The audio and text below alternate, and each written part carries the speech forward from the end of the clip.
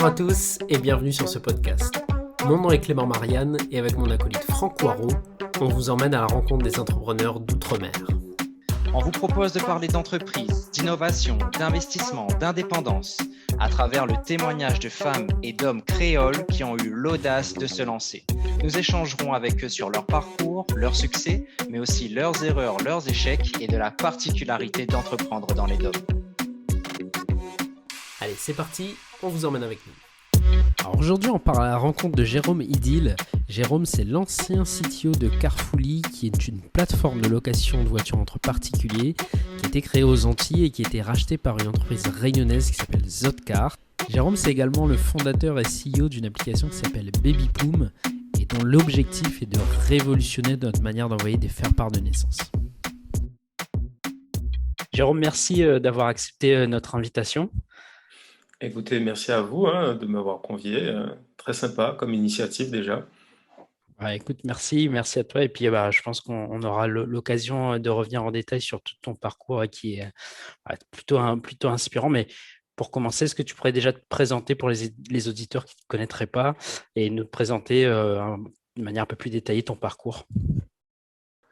Écoute, tu l'as résumé déjà. En tout cas, mon parcours entrepreneurial. Moi, si on doit aller un peu plus dans le détail, j'ai grandi en Guadeloupe. J'ai eu mon bac en Guadeloupe. Ensuite, comme la plupart des copains, je suis parti sur la métropole pour poursuivre les études. Donc, j'ai fait un master en génie mathématique informatique. Dans ce terme de charabia là, c'était plutôt de l'informatique, clairement. Et à l'issue de ce stage, j'ai eu un stage, comme tous les copains, à faire. Je l'ai fait euh, sur Paris, cette fois. Je suis monté sur la capitale. Voilà, je passais 5 ans sur la capitale en finance de marché. Et ensuite, pour le groupe Mullier, Auchan, Decathlon, Leroy Merlin, entre Lille et Paris. Et j'ai eu une opportunité de revenir sur les Antilles pour bosser. Et c'est là que l'aventure entrepreneuriale a vraiment commencé, quoi. C'est sur nos latitudes antillaises. Et du coup, quand tu dis que tu as eu une opportunité, c'était toujours dans le salariat pour rentrer aux Antilles?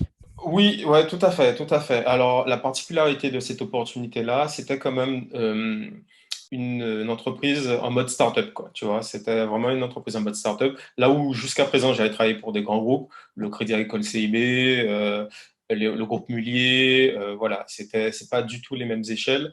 Et là, j'ai eu une opportunité, voilà, j'étais confortablement dans ma situation de salarié, très bien payé, avec des budgets, bon, voilà, des technos super intéressantes, mais au fond de moi et au fond de beaucoup de Daumiers, j'ai envie de dire, il y a ce petit appel aux sources. Et donc, j'avais déposé mon CV quelques temps avant dans une banque de données de ressources humaines. Et ils m'ont appelé, ils m'ont proposé cette opportunité. Et voilà. C'était quand on en a discuté avec les responsables, un challenge. Mais honnêtement, si je le faisais pas là, ça voulait dire que je voulais pas revenir aux Antilles, quoi. Très clairement. Très clairement, les gars m'ont proposé un pont d'or quand même pour rentrer aux Antilles. Vous savez, on a tous cette envie de rentrer, mais l'équation n'est pas si simple que ça, quoi. Elle n'est pas C'est si clair. simple que ça, surtout quand tu as passé 11 ans en métropole. Voilà, tu t'es créé des habitudes, tu as un niveau de vie, tu as t'as des relations avec les collègues, avec tes amis. Bon, voilà, tu as ta life, quoi, tu vois, et tu sais plus 11 ans après qu'est-ce qui peut t'attendre aux Antilles. Et là, les gars, ils m'ont proposé quelque chose que je ne pouvais pas refuser. Si je refusais, c'est que, en fait, j'avais pas vraiment envie de rentrer. Et les mecs, voilà, déjà, sur le challenge, je donne un petit peu les 3 éléments qui m'ont permis de résoudre cette équation du retour. Sur le challenge, les gars me proposent un challenge qui n'est pas forcément que local. C'est-à-dire que la startup, en gros, qu'est-ce qu'elle faisait? Elle permettait de payer en espèces sur Internet, en gros. Et, euh, et du coup, le challenge n'était pas local qu'en Martinique ou qu'en Guadeloupe ou qu'à La Réunion. Il était national. Donc, ils avaient une équipe sur Paris et l'équipe technique sur la Martinique. Donc, déjà, une belle ambition. Donc, intellectuellement, tu te dis, tiens, ça va être vraiment challenge, même si tu arrives au début du truc, même si c'est pas une grosse boîte, il y aura pas mal de choses à faire. Deuxième élément, c'est que, et pas des moindres, c'est qu'ils m'ont proposé de tester. Alors, déjà, quand tu dois rentrer aux Antilles, tu te dis, il faut tout déménager, faut oublier ta vie sur Paris. Là, les gars me disent, OK, vous pouvez partir 3 mois en Martinique, tester, voir comment ça se passe avec l'équipe, vous gardez votre appartement, tout ce qu'il faut à Paris, et vous revenez ensuite dans nos locaux à Paris, le temps de faire la transition. Bon, je ne sais pas si vous vous rendez compte, ça simplifie tellement l'équation. Ah, bien Je dis, sûr. là, tu pars ta petite valise, tu vas voir comment ça se passe, tu vois si tu arrives à te réadapter. Et en fait, ils ont fait tout ça par rapport à ma situation où ma compagne, elle est prof, elle, on était sur Paris, elle venait de commencer l'année scolaire, on est en septembre, elle venait de commencer l'année scolaire, donc elle n'aurait pas pu être, de me suivre tout de suite. Donc ils m'ont dit, OK, partez 3 mois, revenez sur Paris si ça vous intéresse, continuez dans nos locaux à Paris, et le temps que votre compagne ait sa mutation, et vous, voilà. Elle dit, bon, là, j'y vais, quoi. Et le troisième élément, bien évidemment, c'est pas le plus important, mais il compte quand même, c'est l'aspect salarial. OK, j'avais pas le revenu que j'avais quand je travaillais pour les meuliers, mais c'était pas dégueu, quoi. Et on était quand même sur la fourchette intéressante de salariat aux Antilles, quoi. Donc voilà, ces trois éléments m'ont amené à poursuivre et du coup, mettre un premier pas, même si j'étais pas fondateur, un premier pas dans l'esprit startup, quoi. Alors, c'est une présentation Mm. intéressante et je pense qu'on arrive un peu à ce tournant de ton parcours où tu vas passer du salariat à l'entrepreneuriat. Avant d'aborder ça dans les détails, pour mieux te connaître, j'aimerais te poser trois questions, trois questions intéressantes en mode un peu un portrait chinois à la sauce créole, on va dire. Alors, justement, est-ce que tu pourrais nous dire, en tant que domien, en tant que créole ultramarin, c'est quoi ton plat préféré? Alors, ça va dépendre. Là, si, parce que j'ai eu mes phases, hein, donc là, je suis plus en mode un peu végé, quoi. Tu vois, je mange plus trop de viande, mais avant, ben voilà, c'était voilà, un petit colombo de poulet. Voilà, moi je suis basique, mais bien assaisonné comme il faut, ça passe crème. Maintenant, je m'oriente plus vers des repas un peu haital. Et tu connais ma Hmm. référence, Franck, c'est Kadar à Si vous passez en Fort-de-France. Voilà, Martinique. là, c'est là, pour moi, c'est le meilleur resto du monde, quoi. Tu manges végé, mais t'as pas l'impression de manger végé. C'est bon, tout est là, quoi. Tout est là. Valeur Les sûre, quoi. saveurs locales sont à valeur sûre, et ton corps te remercie. Ton corps te remercie. Tu manges ça entre midi et deux, je te dis, t'es ultra productif l'après-midi parce que, voilà, le mec, voilà, il consomme que des produits frais, que des produits bons. Et je peux te dire que, voilà, manger chez Cador et ton corps te remercie, quoi. Petite pépite lâchée sur les secrets de ta productivité. Alors, tu nous as dit que tu as, Entre t'as autres, hein. grandi, t'as grandi en Guadeloupe. Ça fait quelques années que tu vis en Martinique. Tu as eu l'occasion de voyager aussi dans d'autres territoires, la Réunion, la Guyane, etc. Ce serait quoi si tu devais retenir un lieu, ton lieu préféré dans les territoires d'outre-mer? Ce serait lequel? J'avouerais que donc en Guadeloupe, j'ai grandi sur la Basse-Terre. Donc, pour ceux qui connaissent, c'est un relief complètement différent de la Grande Terre. Déjà, c'est deux îles différentes, hein, Grande Terre et Basse-Terre, qui sont reliées par un pont. Et géologiquement, voilà, c'est pas du tout pareil. Donc, moi, j'ai grandi plus dans les montagnes. Ça ressemble un peu plus Hmm. à la Réunion, voire à la Martinique. Du coup, je suis un peu, voilà, forcément, j'ai des souvenirs qui font que je me sens bien quand je suis en forêt, quoi, forêt, rivière, quoi. Et du coup, un lieu quand même inspirant pour moi, j'avoue, c'est en Guadeloupe, c'est voilà, en pleine forêt, au chute du Carbet. Voilà, je me sens bien. Paradise, par exemple, je me sens pas mal, quoi. Franchement, Voilà. pour ceux qui nous écoutent, par exemple, du côté de l'océan Indien, à La Réunion, allez regarder sur Google les bassins Paradise, vous allez pas être déçus. Vous allez pas être déçus. Ah, vous avez pas mal, vous avez des spots qui sont tout aussi sympas, mais c'est vrai que celui-ci et bien, quoi. Vraiment, il y a pas, enfin, j'allais dire, il n'y a pas grand monde. À la base, c'est un secret spot, hein. Mais maintenant, tu vois tout le monde qui débarque là. Tu sais, la magie des réseaux sociaux fait que, enfin, la magie. Un secret spot, mais mon premier jour en Guadeloupe, au bout de 2 heures, j'étais déjà là-bas. Voilà, tu vois, à la base, quand je l'ai connu, voilà, il n'y a pas de panneau, il n'y a pas de truc qui t'indique que c'est Paradise là. Mais Ok, bon, voilà, c'est un lieu inspirant et tout. Pour répondre à ta question, c'est vrai que voilà, tout ce qui est nature, je trouve ça assez inspirant des fois, même de bosser dans ces lieux-là, quoi. donc ça nous permet de voir un peu mieux qui tu es. Et une dernière question, si tu devais pardon, retenir une musique, ta musique préférée ou ton groupe préféré ou ton style préféré. Voilà, là, sans trop réfléchir, moi, je suis un fan de reggae, quoi. J'adore le reggae, donc c'est voilà. Et dans la Caraïbe, c'est quand même, on vibre reggae quand même, quoi. On est quand même sous l'influence un peu jamaïcaine et du coup, voilà, c'est une sonorité qui a bercé un peu mon enfance quand même. C'est en cohérence avec ce que tu disais sur ton alimentation actuelle. Donc, on voit que tu es une personne très, très centrée, très, très alignée. Cet alignement-là, il se retrouve aussi dans ton parcours où tu nous disais que tu as commencé en tant que salarié dans l'informatique, dans des grandes boîtes. Une opportunité se présente et tu peux travailler dans une boîte plus petite avec un esprit startup. C'est là que tu découvres un peu cette nouvelle manière de travailler, cette nouvelle tendance, mouvance, etc. Et tu dis que c'est là que commence aussi à émerger pour toi le désir ou au moins la curiosité vis-à-vis de l'entrepreneuriat. Du coup, comment se passe cette transition? Est-ce qu'il y a eu un moment clé, un moment déclencheur? Écoute, je pense qu'au fond, l'envie a toujours été là. Maintenant, je fais partie d'une génération où on était quand même assez formaté pour être de bons Hmm, salariés, tu vois.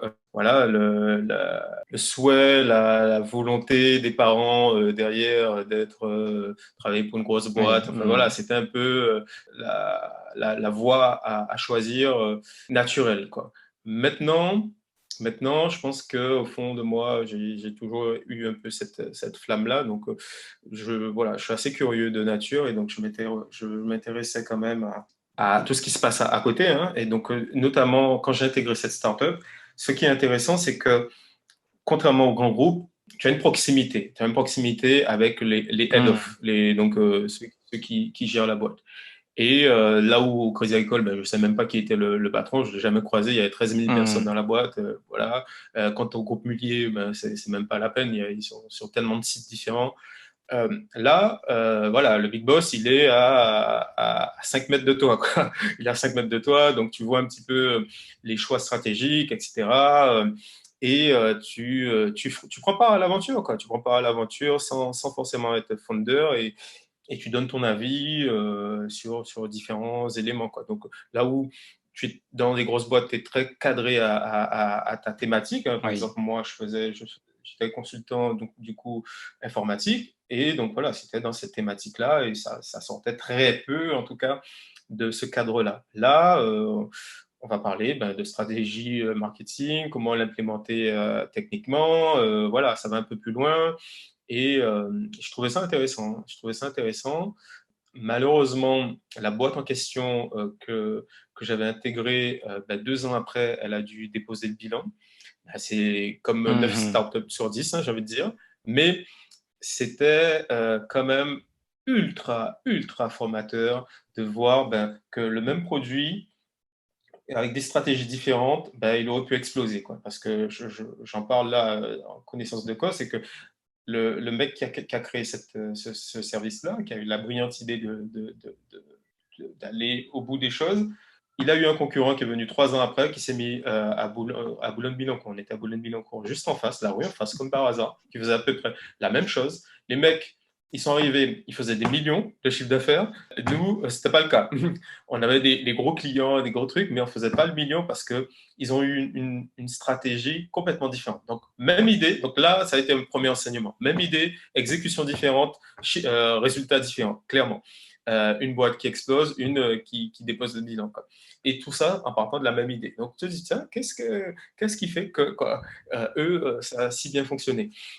Et en gros, voilà, les gars, ils ont été beaucoup plus smart sur la stratégie commerciale et qui a fait que ben, ça, ça a fonctionné de leur côté, quoi. C'est vrai que ce qui différencie une startup qui réussit et qui réussit pas, des fois, ça tient à peu de choses et a posteriori, c'est plus facile de se dire ça n'a pas marché parce que ça a marché parce que. Mais quand on est dedans, c'est vrai que c'est plus compliqué. Par rapport à ça, en préparant en fait ton interview avec Clément, on se disait que une phrase qui aurait pu résumer ton parcours, ce serait comment rebondir après un succès. Tu le disais qu'il y a 9 startups sur 10 qui échouent. Toi, tu as eu la chance d'être cofondateur d'une startup qui a réussi, puisqu'elle a abouti à une revente. Et tu es parti sur un deuxième projet entrepreneurial. Et autant quand on lance un premier projet qui échoue, c'est facile de se dire j'ai échoué, je me relance. Mais quand on a fait une première réussite, que ça a marché, c'est difficile de se dire ça a marché parce que. Donc les facteurs clés sont parfois un peu cachés. Et du coup, de repartir dans un deuxième projet, bah, c'est prendre un risque aussi de dire bah, mes réussites passées, je remets tout sur la table, je fais all-in, je repars sur quelque chose avec le risque que ça aboutisse ou que ça aboutisse pas. Donc avant de parler de ce nouveau projet, est-ce que tu peux nous parler rapidement de l'aventure Carfully, comment ça a démarré et comment ça s'est terminé? Écoute, oui, hein, écoute, justement, après cette aventure startup en tant que salarié, donc là, j'étais sur la Martinique et là, j'ai rencontré un, un de mes potes qui s'appelait Johan Saint-Louis, qui lui aussi avait fait le choix de quitter Paris donc, et de revenir s'installer aux Antilles. Et il était accompagné par Satyam Dorville, qui lui aussi était très présent sur l'écosystème parisien dans tout ce qui est entrepreneuriat, d'hommes. Voilà, les gars, ils animaient un petit peu déjà l'écosystème sur Paris au niveau de l'outre-mer. Et donc là, ils ont fait le choix de revenir s'installer en Martinique pour développer un service qui leur semblait pertinent de lancer à ce moment-là en Martinique, qui s'appelait Carfully. On est en 2012, on est dans le début de ce qu'on appelle la sharing economy, donc en gros l'économie de partage avec des exemples comme Airbnb, comme Drivey, comme Wika, qui s'appelle pas, enfin Drivey qui s'appelait pas Drivey à l'époque, mais on est au début de ça et nous, on se dit, bah tiens, enfin, on se dit, Satyam se dit, un jour, alors qu'il bossait encore à Paris, un collègue lui demande, ben, j'aurais bien aimé louer un véhicule aux Antilles pour mes vacances, est-ce que tu as un bon plan? Et il lui dit, bah, t'as qu'à louer la voiture de ma mère. Et il se trouve que, ben voilà, il a travaillé un petit peu, donc on est pile poil dans le timing sharing economy. Et du coup, il se dit, bah, tiens, il y a pas d'équivalent aux Antilles. On a beaucoup de voitures aux Antilles, beaucoup de demandes. Pourquoi pas adapter ce modèle de partage au milieu touristique et faire profiter la population locale de compléments de revenus à travers la location de leur voiture. Donc voilà, c'est partir de là. Avec Johan, ils ont travaillé un petit peu le marché et ils se sont lancés. Ils sont venus sur la Martinique et ça, pile poil, au même moment, je les rencontre et eux, ils sont des profils un peu école de commerce. Sur un projet comme celui-ci, ben, il faut quand même un peu de technique. Il faut mettre en place la plateforme, il faut avoir beaucoup de technique. Et surtout quand ça n'existe pas, il n'y avait pas toutes les plateformes de marketplace telles qu'on connaît actuellement. Donc, il fallait voilà, mettre en place les bases. Et ben voilà, GG a tombé pile poil, non, GG c'est moi, pour combler ce besoin technique. Et donc, voilà, on est au début de l'aventure. Eux, ils ont une approche très lean des choses. Je ne sais pas si ça parle à toute l'audience. Lean, c'est en gros démarrer rapidement avec peu de moyens et valider des hypothèses fortes rapidement. Et j'ai bien aimé leur approche, j'ai bien aimé leur façon de faire. Je sais que les mecs, ils en voulaient. Donc voilà, l'association était presque naturelle. Et donc voilà, on a monté ce projet à trois et ça a duré quasiment 8 ans, quoi. Dans cette approche un peu lean, tu peux nous dire peut-être comment vous avez retranscrit ça justement sur Carfully? Alors, au début, ben, ce qui est important de valider, c'est est-ce que les gens sont prêts à louer leur véhicule déjà. Donc, on est ce qu'on appelle une marketplace, hein. Donc, on met en relation ceux qui ont le besoin, donc je recherche un véhicule, et ceux qui proposent ce service, les locaux qui ont leur voiture. Donc, il faut valider deux choses. Est-ce qu'il y a un vrai besoin de location de voiture entre particuliers auprès des voyageurs? Est-ce qu'ils ne sont pas que sur des Air, des locations classiques? Est-ce qu'ils seraient prêts à payer pour louer la voiture d'un particulier? Première chose à valider.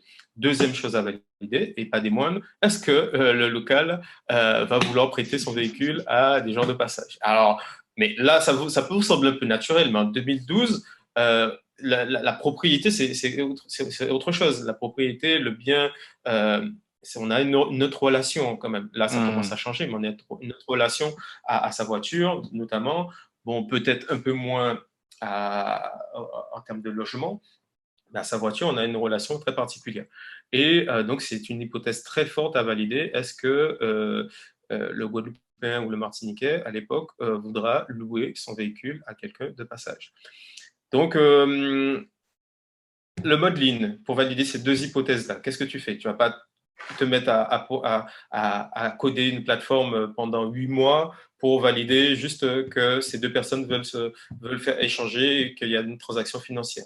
Donc, qu'est-ce que tu fais pour valider ça? Tu fais un formulaire Roufou à l'époque, un truc rapide. Tu fais 2-3 publicités Facebook Ads et tu regardes est-ce que les gens s'inscrivent pour louer la voiture. Donc, tu as des leads de personnes qui ont dit OK, ouais, moi je veux bien, tu fais ta landing page, je veux bien louer la voiture d'un particulier, dites-moi en plus, même si tu n'as aucun véhicule en stock. Une fois que les voyageurs ont saisi cette demande de location, là, tu vas voir des proprios à la mano, leur dire, tiens, il y en a quelqu'un qui voudrait louer un véhicule, est-ce que ça te dirait de ta voiture qui reste dormir là, la louer et gagner un peu d'argent avec, quoi. Donc, tout ça, au lieu de faire 8 mois de développement de plateforme et de faire la petite fonctionnalité custom de chez Custom, messagerie et compagnie interne. Voilà, non, là, tu as validé tes deux hypothèses. OK, les gens, il y a des leads, il y a des gens qui sont prêts à louer leur véhicule. OK. Et là, voilà, tu valides petit à petit. Là, je te donne un exemple, mais il y en a plein d'autres, hein. Il y en a plein d'autres voilà, ce qui est important, c'est valider tes hypothèses marketing et marché le plus tôt possible et de façon la plus maligne possible, quoi. Sans engager de gros budget. Et le temps, c'est voilà, soit tu échoues vite, soit tu réussis, mais il faut rapidement le savoir, quoi. C'est vrai que dans les conseils qu'on essaye de distiller au sein du club, il y a justement cette notion-là de si on doit arriver à l'échec par rapport à l'idée, mais surtout par rapport à l'exécution et la manière dont on l'exécute, il faut le savoir le plus rapidement possible en ayant dépensé le moins de temps, le moins d'énergie et le moins d'argent possible. Et donc, vous étiez parfaitement dans cette démarche-là avec Carfully. Donc, vous avez commencé avec des questionnaires. Ensuite, il y a eu la belle plateforme qui est venue donner une infrastructure technique. Vous avez aussi eu des partenariats clés au niveau des assurances qui ont beaucoup rassuré du coup les propriétaires. Ça a fait sauter pas mal de verrous. Donc l'aventure continue. Et raconte-nous comment ça s'est terminé. Écoute, oui, tu as bien résumé un petit peu les 8 ans. C'est-à-dire que tu as, si, si tu veux ne pas faire de location sauvage, c'est-à-dire rassurer tout le monde, on s'est vite rendu compte que la grosse difficulté, c'était convaincre la population locale de louer son véhicule. Alors, si tu arrives avec sans assurance, c'est-à-dire que il y a un pet, il y a un truc, personne ne sait qui est responsable et compagnie, c'était même pas la peine. On n'aurait pas fait un mois. Donc, le gros challenge, ça a été de négocier cette assurance. Qui nous suivent dans l'aventure. Et c'était pas la chose la plus facile. J'ai envie de dire, c'était presque le plus compliqué Parce que techniquement, en local, non, déjà les assurances en métropole ne voulaient pas nous suivre. Et en local, techniquement, ils ne savaient pas faire des flottes mouvantes comme ça. Voilà, ça sort du schéma classique de l'assurance. Le risque n'est pas le même. Voilà. C'était très compliqué de trouver une assurance. On en a trouvé une pas à force de taper à toutes les portes. GFA Caribe, on les remercie d'ailleurs. Mais peut-être 8 mois après, alors que tout se passe bien, pas de sinistre à déclarer, boum, on reçoit une lettre, on va mettre fin à votre contrat. Ah, ok, pas de contrat, plus de business, on est d'accord. Parce que tu as compris que sans cette sécurité-là, tu n'exerces pas. Et là, tout le monde, là, c'est le froid, le gros froid sur toute l'équipe. Et on se dit, tiens, on s'est reparti pour un tour de table. On va aller chercher notre assureur. Et pendant 8 mois, je répète, pendant 8 mois, on a été fermé parce que on a dû repartir chercher une assurance. Quoi. C'est énorme, aller chercher une startup 8 mois.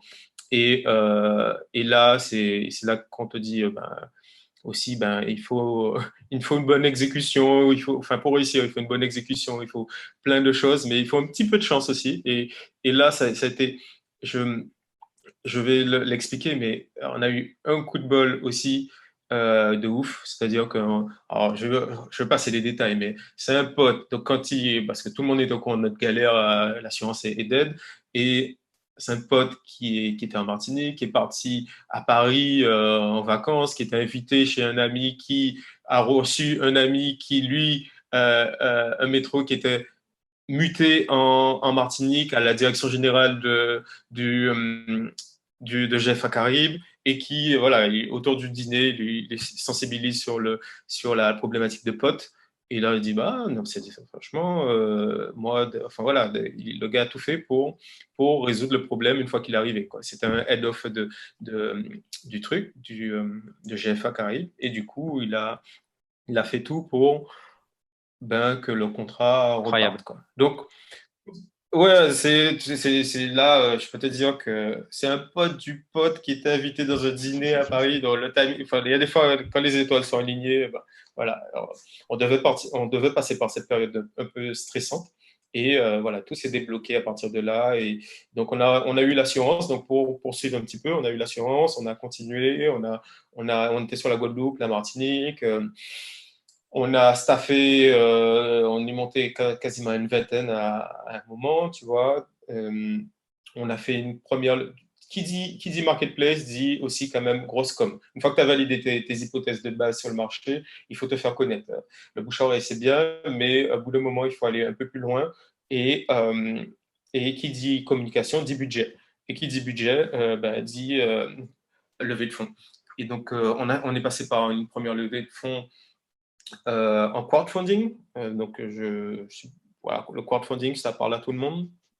Juste pour voilà, les auditeurs qui sont peut-être pas au courant du terme, l'idée du crowdfunding, c'est de se dire qu'on va financer nos projets de start-up via des financements privés, via une plateforme dédiée à cet effet. Quoi. Exact. Donc voilà, on a levé 120 000 euros sur ce premier tour de table en crowdfunding. Donc on a eu des parties prenantes qui venaient d'un peu partout. Hein. C'est un peu de la diaspora. La diaspora, principalement, qui a participé à cette opération de crowdfunding. Et donc, ça va du trader antillais qui est à Hong Kong au joueur NBA qui joue aux États-Unis. Et en fait, un peu par procuration, ils vivent un petit peu. Ils se disent, tiens, on va contribuer et partager un peu ce bout d'aventure-là. Surtout que c'est de l'equity qu'on distribuait à ce moment-là. Ça a été administrativement un vrai challenge aussi. Et voilà, il y a à peu près 34 personnes. Ça va de l'industriel aussi en local à même nos proprios de véhicules qui ont mis un petit ticket. Quoi. Donc voilà, on boucle cette opération qui nous permet de tenir, de bien tenir, de commencer à staffer un peu, de mettre en place des choses un peu plus sympas. Et donc, on voit qu'il y a de la croissance. Et au bout d'un moment, on se dit, il faut passer à l'échelle supérieure. Et là, pareil, il faut du budget pour le faire. Et donc là, on part avec Johan et Satyam faire une levée de fonds un peu plus conséquente avec en seed. Et bien évidemment, c'est un peu compliqué en local de trouver des personnes qui sont prêtes à monter. Il y a déjà un fonds d'investissement, Mhm. tu n'as pas grand-chose. Euh, donc, il n'y en a pas beaucoup qui comprennent déjà ton business model.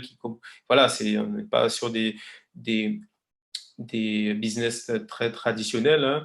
Donc, comme on peut le retrouver souvent. Alors, situons toujours, hein, on est en 2015, là, à ce moment-là, peut-être. Euh, et on décide de partir. Johan, Satyam et moi fait un road trip à Paris. On se prend un Airbnb et on va frapper aux portes de chaque fonds d'investissement parisien, quoi. Quitte à se prendre des vents, mais au moins on y va. On s'est répartis par groupe. Et OK, Johan et Satyam vont là aujourd'hui. Jérôme et Satyam vont là aujourd'hui. Et voilà. On écume un petit peu tout ce qui se passe sur la place parisienne. On pitch dans tous les sens. Euh, et, euh, et jusqu'à ce que un fonds d'investissement me dise ah bah tiens c'est pas mal votre truc et ils nous suivent sur à peu près un montant de 600 000 euros quoi. Et ils nous suivent et là forcément ça a été une belle étape pour nous, une belle étape de financement. Ça nous a permis d'aller un peu plus loin dans les choses qu'on voulait mettre en place. Et donc, bien évidemment, de communiquer un peu plus sur la Guadeloupe, la Martinique, de consolider le business, quoi, de consolider le business, clairement. Euh, donc, voilà, jusqu'à le rapprochement avec une des sociétés de La Réunion, Zotcar. Et nous, ça faisait 8 ans, on avait fait un peu le tour aussi de tout ce qu'on voulait faire. Et là, on a eu une opportunité de se rapprocher avec Zotcar, et qui était lui aussi accompagné par un fonds d'investissement et une mutuelle. Voilà, on avait à peu près les mêmes process. La fusion était quasi naturelle. On a eu un bon feeling.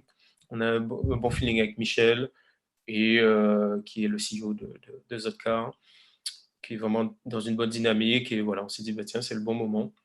Et voilà. Et du coup, maintenant, Zotcar est sur la Réunion, la Guadeloupe et la Martinique. Ils ont pu bénéficier de toute notre communauté, de tout ce qu'on a pu créer et capitaliser dessus, quoi. En tout cas, moi, ce que je retiens aussi de toute cette expérience-là, Jérôme, j'ai deux, trois mots là qui me viennent à l'esprit.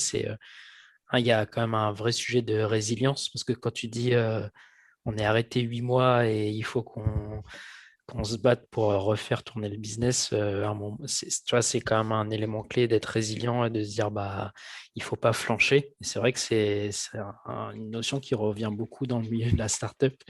Il y a un deuxième point que je trouve intéressant, c'est tu dis finalement votre première levée de fonds et puis même comment vous arrivez à rebondir, c'est finalement du network, quoi. C'est aller parler avec des gens, frapper aux bonnes portes. Et le troisième point que je trouve hyper intéressant aussi dans ce que tu dis, c'est quand vous avez fini le socle de base, la plateforme. Et c'est vrai qu'on a peut-être parfois en tant que fondateur ou peut-être avec des profils un peu techniques à sous-estimer cet aspect, c'est il faut investir à fond sur la communication parce que le bouche à oreille et le réseau a quand même c'est quand même un exercice qui est assez limite à un moment donné. Et il faut passer quand même cette étape de la communication pour passer à l'échelle à un moment donné, quoi. Mhm. Ouais, tout à fait, tout à fait. C'est clair que la com, c'est indispensable, surtout dans notre milieu. Et fallait, voilà, nous, plus on avait des voitures, on avait quand même un parc à un moment donné de 600 véhicules. Mais voilà, voilà, tout le business repose quand même sur le. Ils n'est pas 600 disponibles tout le temps, attention, je précise quand même. Mais voilà, je pars en vacances, tiens, j'ai mon véhicule qui reste dormir là, sinon j'ai un véhicule qui est tout le temps dispo. Voilà, on a compris que c'était pas très compliqué de trouver des personnes qui ont besoin du véhicule. Donc, côté voyageur, on n'a même pas beaucoup de budget à mettre en termes d'acquisition. Par contre, voilà, tout se passait au niveau des proprios. Et c'est là où aussi on peut faire une enfin, une note quand même d'attention, c'est que il faut quand même s'adapter aux techniques de communication de la zone où tu es, quoi, géographique. Nous, parce que jusqu'à présent des bonnes choses qu'on a pu réaliser, mais on a fait aussi des erreurs. Et je pense notamment en termes de communication, je pense que on a été, tu sais, on est dans l'écosystème parisien, c'est 100% digital, tu reviens, tu vas faire du Facebook Ad, du Google Ad, tu vas faire que ça. Mais en fait, ça marche bien peut-être sur Paris, mais en local, si tu veux être un killer de la com, il faut t'adapter aux pratiques locales. Et c'est ton 4 par 3 sur la rue, c'est ton être sur le front senti pour le truc, le journal de La Réunion, enfin, passer dans des émissions très écouté sur RCI Freedom. et au Freedom à La Réunion, tout à fait. Voilà, c'est ça. Et tu ne peux pas arriver avec tes pratiques parisiennes là et te dire que tu vas réussir à prendre le marché comme ça. Donc, faut vraiment s'adapter et voir, bien évidemment, tout dépend de ton positionnement, mais à prendre en considération, quoi. Si j'ai un petit conseil pour ceux qui veulent faire de la com ici, il faut vraiment tenir compte de toutes ces particularités. Alors du coup, là, Jérôme, tu nous as bien résumé donc toute la partie Carfully que tu vends avec tes associés donc à Zotcar. Et du coup, l'aventure entrepreneuriale ne s'arrête pas pour autant ici pour toi, parce que tu as lancé un nouveau projet qui est Baby Poom. Alors, est-ce que tu peux nous expliquer c'est quoi Baby Poom, comment tu as eu l'idée et où tu en es aujourd'hui de cette nouvelle startup? Yes, effectivement, on va dire que la vie a mis sur mon chemin un nouveau projet, tu vois. À la naissance de ma fille, donc j'étais encore à Carrefourly, hein, mais voilà, à la naissance de ma fille, euh, comme tous nouveaux parents, ma compagne et moi, ben, on a souhaité annoncer à nos proches que bébé était arrivé parmi nous, hein. Je ne connais pas un pays où les parents ont envie de garder ça pour eux. Et, euh, et voilà, je trouvais que le réflexe qu'on avait, envoyer un petit texto, bébé mesure X, pèse Y kilos, c'était pas forcément représentatif, tu vois. Et le faire par papier, je trouvais ça d'une autre époque. C'est-à-dire que quand les amis ouvrent la boîte aux lettres, bah, ils sont déjà au courant que depuis belle lurette que bébé est né, Ouais, parce c'est que vrai. avec les moyens de Mhm. communication actuels, avant il y avait que la poste. Il y avait que la poste, donc tu peux te dire ouais, c'est un faire part, je te fais part. Mais là, c'est plus un souvenir qu'un faire part, parce que tu es déjà au courant. Et donc voilà, je me suis dit bah tiens, sur mon temps libre, je code une petite application qui correspondra un peu mieux à ce qu'on pense être sympa pour annoncer l'arrivée de notre fille. Et en fait, le jour de la naissance de ma fille, mes amis ont reçu directement sur leur téléphone une annonce sous forme de storytelling. En gros, ils ont dû c'est bébé un peu qui raconte son arrivée, donc ils reçoivent un lien, ils ont juste à cliquer, ils n'ont rien à télécharger, et bébé raconte un peu son arrivée de façon assez interactive. Et il y a des petits jeux qui sont intégrés, donc ils doivent deviner le prénom de bébé pour apparaître la première photo. Ils peuvent revivre les moments forts de la grossesse. Tu sais, bébé dans le monde physique le jour J, mais ça fait 9 mois qu'il évolue. Et notamment nous, Domiens, ben, on a des amis proches qui sont éparpillés dans le monde entier et qui n'ont pas pu vivre toutes ces étapes-là. Et l'idée, je me suis dit, bah, tiens, ça serait cool quand même de montrer un petit peu le voyage, quoi. Tout ce qui nous a marqué jusqu'à l'arrivée le jour J de bébé. C'est comme, tu sais, quand tu montes l'Everest et tu décris à tes amis ce qui est en haut, c'est bien, mais ce qui les intéresse, c'est le Mhm. parcours, tu vois. Comment tu as fait pour arriver jusque là-haut, quoi, tu vois. Et, euh, et du coup, c'était un peu ça. Donc, l'idée, c'était d'avoir un petit journal au grossesse qui décrit un petit peu ces moments forts-là. Et Et après, je me suis dit, mais les amis, c'est vrai qu'ils aiment bien réagir, ils te répondent sur le portable de papa, de maman, mais ça serait cool de garder une trace de tout ça pour bébé un peu plus tard. Donc, j'ai fait un livre d'or intégré où ben, les amis, il n'y a plus de messages sur le portable de papa, de maman, tout est intégré dans un livre d'or et on garde une trace, encore une trace de tout cet amour qui a été reçu de la part des proches. Et j'ai rajouté voilà, différentes fonctionnalités qui font que à la fin, ce qui s'est passé, c'est que à la fin de l'annonce, c'est que la plupart des futurs parents m'ont dit, Jérôme, je veux la même chose. Je veux la même chose. Je dis, Product Market Fit, là. je lui ai dit, ben ça fait un petit moment que je suis dans l'entrepreneuriat, donc je suis assez curieux aussi. Je dépose ma casquette de papa, je prends ma casquette un peu plus business et je m'intéresse à ce marché-là. Donc, et je vois que il y a 400 000 naissances par jour dans le monde, que personne ne les adressé un peu de cette façon-là. Et je me dis, bah tiens, si j'ai déjà des premiers parents qui veulent l'utiliser, peut-être qu'il y en aura d'autres dans les 400 000, quoi. Et du coup, voilà, Baby Boom est né un peu de ce constat-là.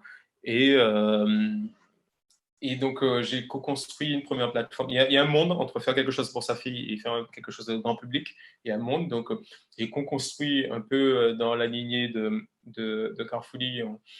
On ne part pas tête baissée dans quelque chose. On va co-construire avec ceux qui ont le besoin. J'ai co-construit avec les premiers parents qui m'avaient dit, Jérôme, je veux la même chose. Et une première version. Ensuite, j'ai testé. J'ai vu que voilà, en termes de retour sur investissement des petites publicités que je faisais, c'était quand même assez puissant. Et je me suis dit, waouh, il y a quelque chose. Et d'autant plus que ça n'existait pas, enfin, et ça n'existe toujours pas à l'échelle mondiale. Et donc, je me dis, ben voilà, il y a quelque chose à faire. Il y a quelque chose à faire et aujourd'hui, ben, on continue à développer le service. On a à peu près 300 nouveaux parents par semaine qui nous font confiance et, que sur le périmètre France. Pourquoi le périmètre France? C'est pas qu'on veut rester cantonné à l'espace francophone, mais c'est qu'on calibre le produit. Quand je dis qu'on calibre, quand tu crées quelque chose qui n'existe pas, tu es obligé, c'est à toi de trouver ton business model, tu vois. Et le business model, comment, si tu veux continuer à faire ce business-là, il faut gagner de l'argent avec. Et, euh, et du coup, il faut mettre en place des canaux de monétisation. Donc, c'est ce que j'ai testé, que je continue à tester, hein. Et voilà, on commence à avoir de plus en plus de certitudes sur ce qui marche, ce qui ne marche pas. Voilà, c'est de l'itération petit à petit. Et voilà, le business model se met en place. Il commence à se calibrer sur la France. Et l'idée, d'ici la fin de l'année, c'est d'internationaliser et d'apporter, de créer de la valeur pour d'autres parents. Du coup, ça veut dire que tu envisages aussi peut-être de faire des traductions de la plateforme ou c'est déjà disponible en plusieurs langues? Écoute, c'est au support, on me le demande tout le temps. Voilà, on aurait bien aimé l'avoir plusieurs langues, mais tu sais, focus, enfin, j'étais focus sur.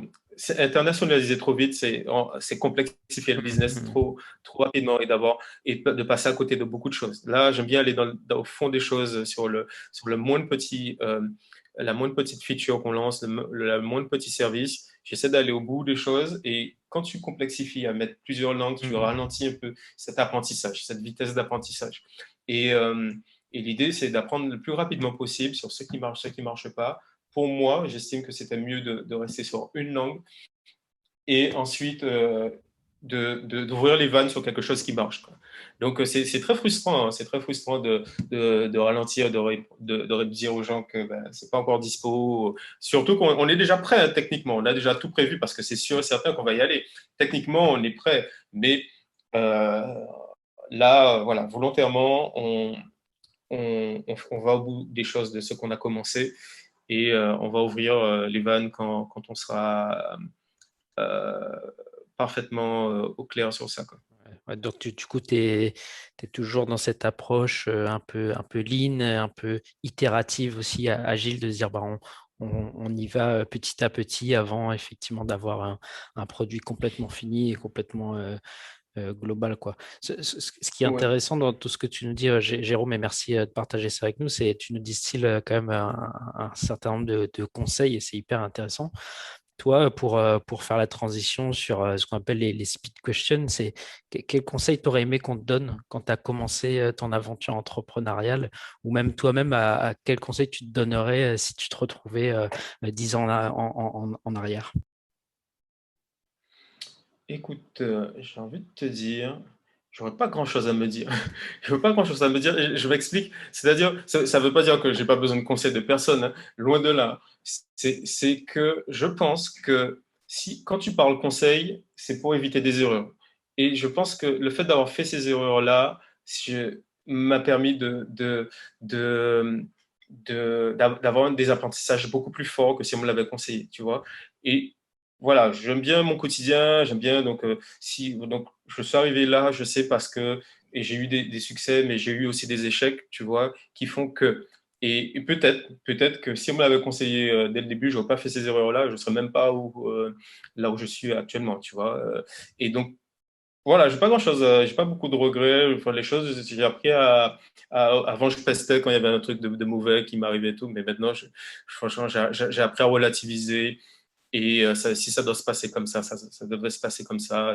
Et toujours tirer la leçon, l'apprentissage que je dois avoir de cet échec ou de ce succès, quoi.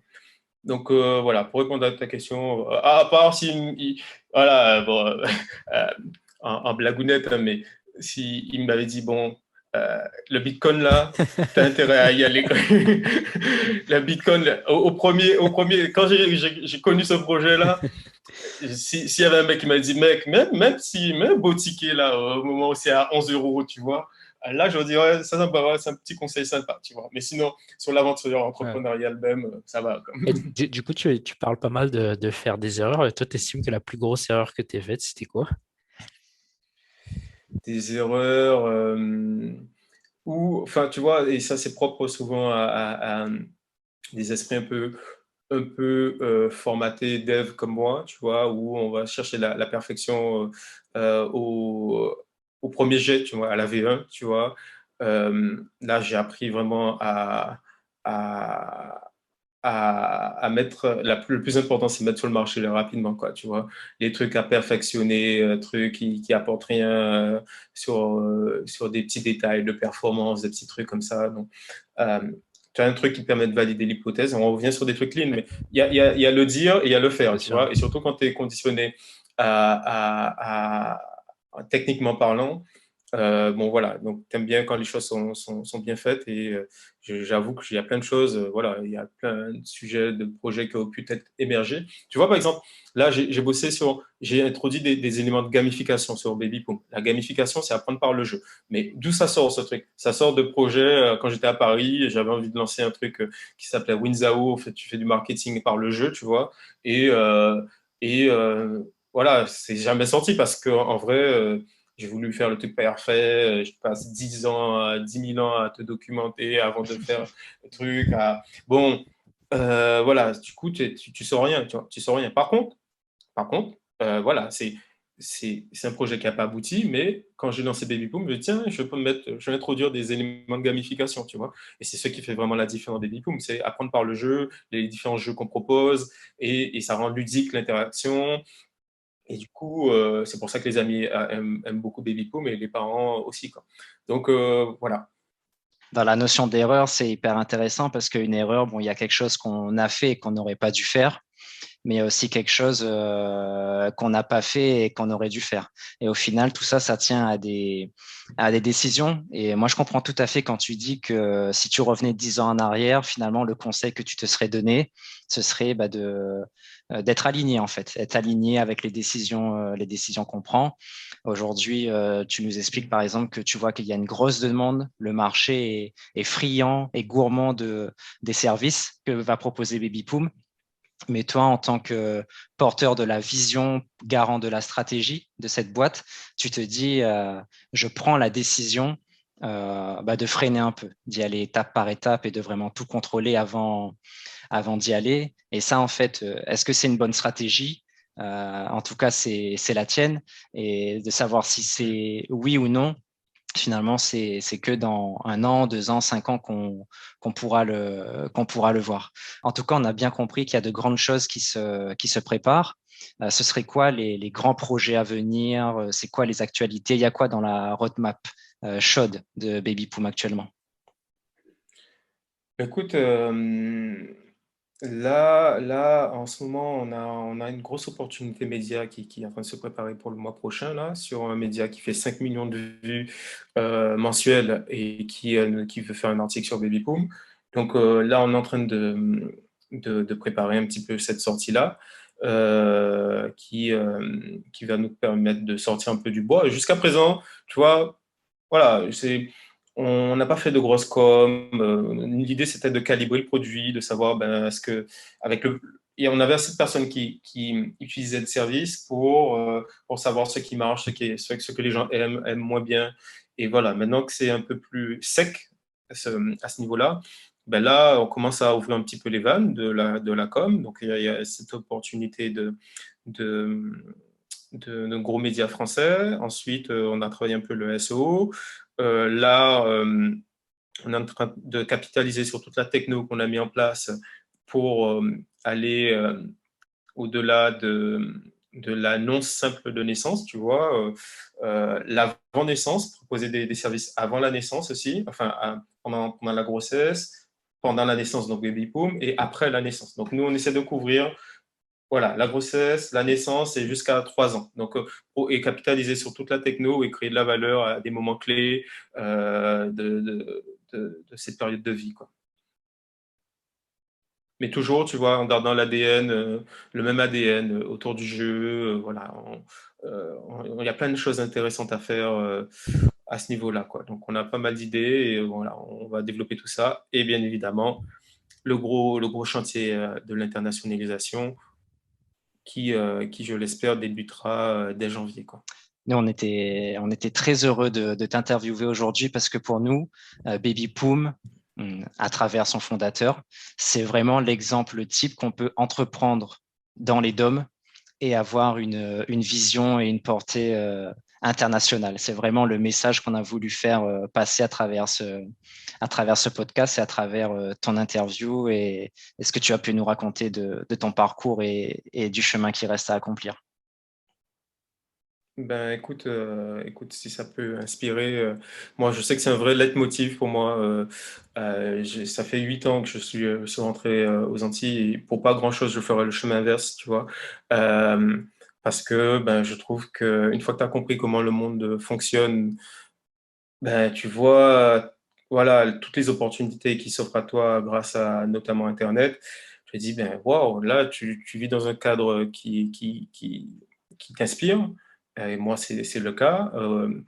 Et tu peux faire du biz et créer de la valeur, hein, créer de la valeur pour des personnes qui sont bien, bien, bien éloignées. Et voilà, il y a plus de frontières géographiques. Et ça, c'est challenge. Et ça, franchement, ça nourrit. C'est ce qui me nourrit au quotidien. Et voilà, intellectuellement, on s'ennuie pas. Il y a plein de choses à faire. Et je ne doute pas qu'il y ait plein d'autres startups des DOM Dom-Tom, enfin même, comment on dit maintenant Drumcom. les Drumcom, les Drumcom qui comprennent aussi ça et qui fassent de belles pépites à l'avenir. Yes. Merci beaucoup, Jérôme, et puis à très bientôt, peut-être pour d'autres épisodes. C'était le podcast des entrepreneurs d'outre-mer. Et on espère sincèrement que ça vous a plu et inspiré. Si c'est le cas, vous pouvez nous le faire savoir en mettant un like et en nous le disant dans les commentaires. Et bien sûr, pensez à vous abonner pour ne pas rater la sortie du prochain podcast. Si toi aussi tu rêves de lancer ton entreprise, tu peux gratuitement télécharger le guide des 25 conseils pour se lancer avec succès et sérénité en cliquant sur le lien dans la description. À très bientôt.